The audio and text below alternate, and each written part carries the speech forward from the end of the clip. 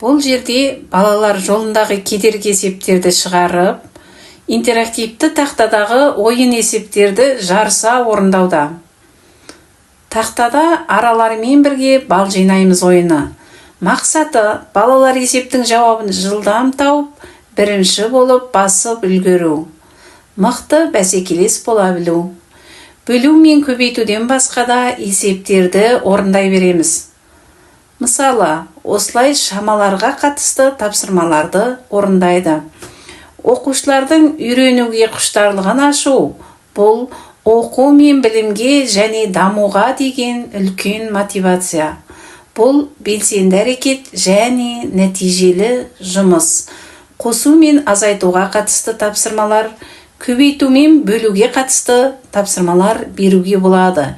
Есеп шығару барысында оқушы қателескен жағдайда қатесін түзету мүмкіндігі бар.